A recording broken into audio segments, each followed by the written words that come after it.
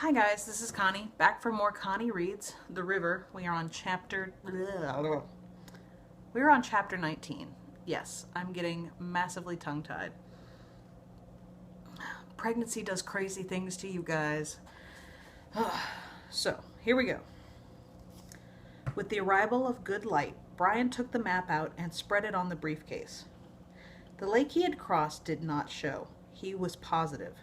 There were lakes, some large and small, but he was not moving fast enough to have reached any of them yet, and that meant the map was not accurate.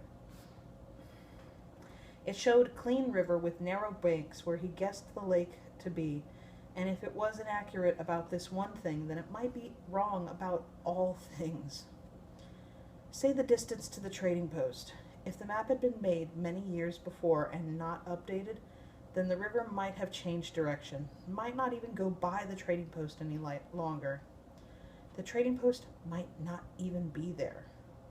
The thought stunned him, and he realized how foolish it had been to leave the lake and trust the map. There were so many variables, so many ways to go wrong. He studied the map again and took some heart from it. It was so definite. It must be basically right. Close. Things could change, but not that much. The river was probably up a bit, and the lake he had come through in the night was a low place that filled when the river ran high, and not usually a permanent lake that would be on the map. Sure, there was logic there. All right. All he had to do was test the map, find some way to ensure that it was mostly right. He put his finger on the river and followed it, tracing the path as the blue line cut through the green, followed it to where he thought he must be. There. If the map was right, and he was guessing right, he should be about where his finger had stopped.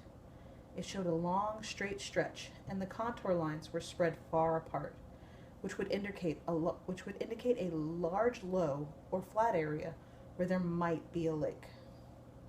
Better yet, in a short distance, less than 2 miles, the contour lines came closer and closer together and showed 2 hills, one on each side of the river, just after a sharp S turn.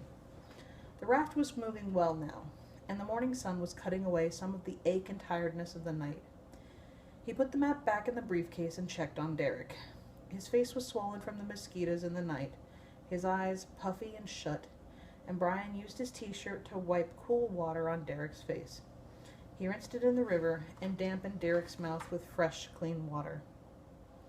He wasn't sure if his eyes were being tricked or if it was real, but Derek looked thinner to him, and he wondered if getting thinner was a sign of dehydration. He dampened the t-shirt once more and put it over Derek's head. If he stays cool, Brian thought, cool and moist, it might help. If I can keep him out of the sun. If the raft had a canopy, a cover, it would help.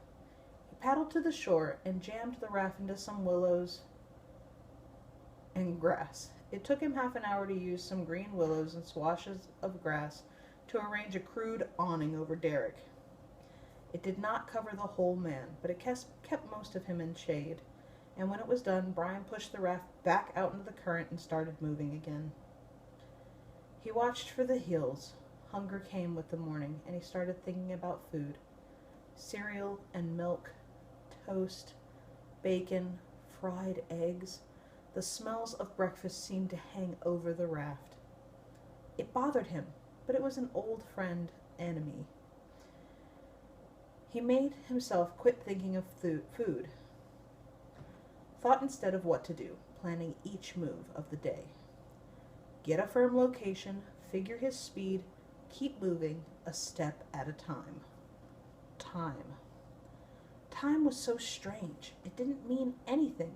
Then it meant everything. It was like food. When he didn't have it, he wanted it. And when there was plenty of it, he didn't care about it. He stretched and sighed. You know, if we were in a canoe and had a lunch and a cooler full of pop, we'd think this was the most beautiful place in the world. And it was. he thought truly beautiful. The trees, pines, and spruce and cedars towered so high they made the river seem to become narrow, and in places where the bank was cut away by the moving water, the trees had actually leaned out over the river until they were almost touching. They made the river seem like a soft green tunnel. The character of the river had changed. It happened almost suddenly, but with such a natural flow that Brian didn't notice nor notice it for a short time. The trees grew closer, the brush thicker, and the banks higher. Where they had been grassy and slopping away gradually, the banks were steeper and cut away, exposing the dirt and mud. The trees were so close and high that Brian would not be able to see the hills on the map when he came to them. He could see nothing but a wall of green. He wiped Derek's face several times. All this time the raft had kept moving, and when his break was over, he saw that they were coming into another bend. He put the t-shirt back on, wet, and picked up the paddle and started to work, swinging the stern of the raft, keeping it in the middle of the current. It would get hot soon and cook him, but he thought that it wouldn't matter. His hands were raw from the rough wood of the paddle, and he thought that it wouldn't matter either. All that mattered now was to keep moving. And that's the end of chapter 19. Be careful with that and enjoy, please and thank you, and I will see you for the next installment. I think we only have 4 or 5 more pieces to go. Have a great one.